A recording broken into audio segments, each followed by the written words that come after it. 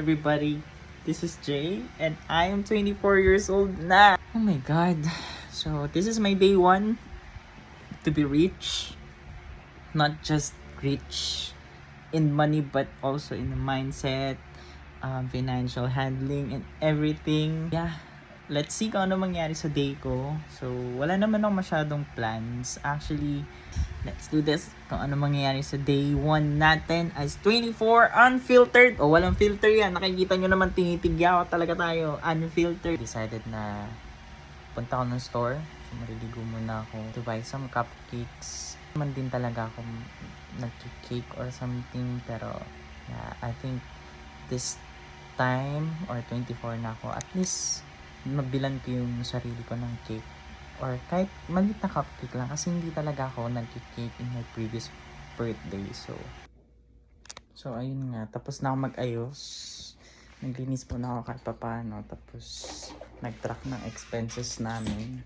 Plano ko na din kasi tumambay muna sa gym and then mag-edit doon ng affiliate, mag-shoot. Medyo madilim yung taan, so hindi ako makapag-film.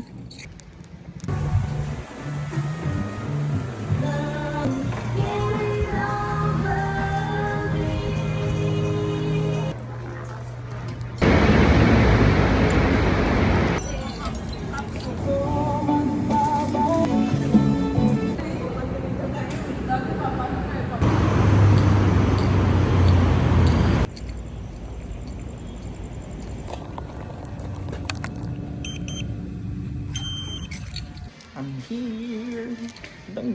Iba yung lighting talaga dito sa gym, no? Mas maka-fresh.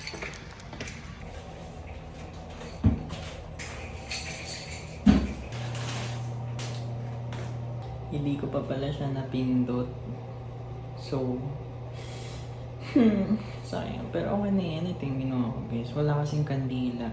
Walang kandila eh. So, ito na lang. Diba? Improvise.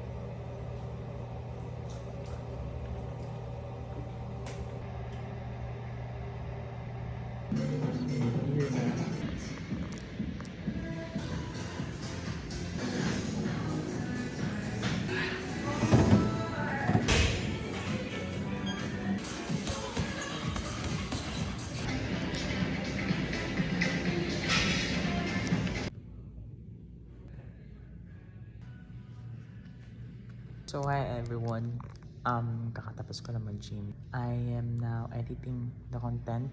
Siyempre gusto ko na parang post agad kasi ayoko matambakan. Ang dami ko ng drafts, ang dami ko ng mga clips na nakalagay dito. And this 24 years old na ako, kailangan sunod-sunod siya. So yeah, I'm here editing. So keep on watching. So, tapos na ako mag-gym. Kaya, nagsisimba tayo, dadaan tayo sa simbahan para magpasalamat. Kahit na medyo mabigat yung 23 years or may 23, madami naman siyang lesson and kailangan natin magpasalamat kahit pa paano doon.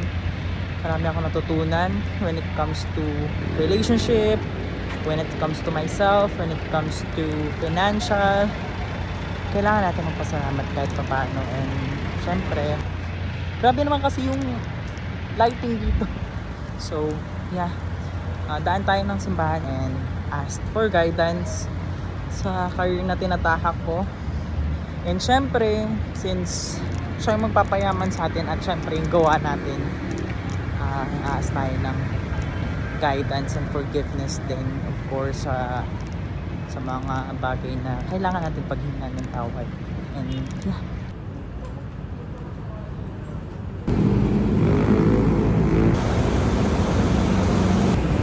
Ang simbahan sa naway mamuno sa pamamaraan kaluguran para namin tayo sa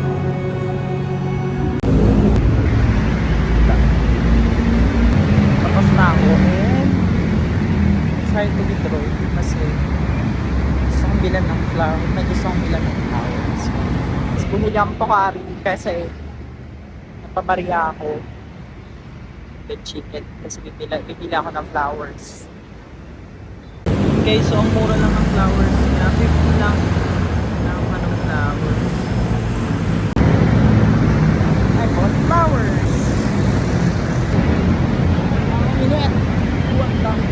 Ngayon na akong papawisan. Ngayon na talaga. Grabe. Grabe. Ito na pinawisan.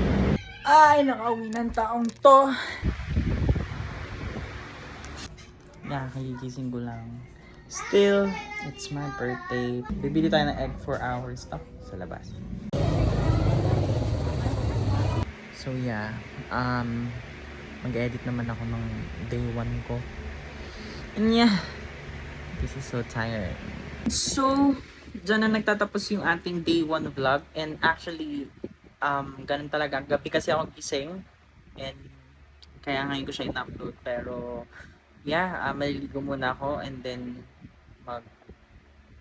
magka-client hunt, mag-edit or so on.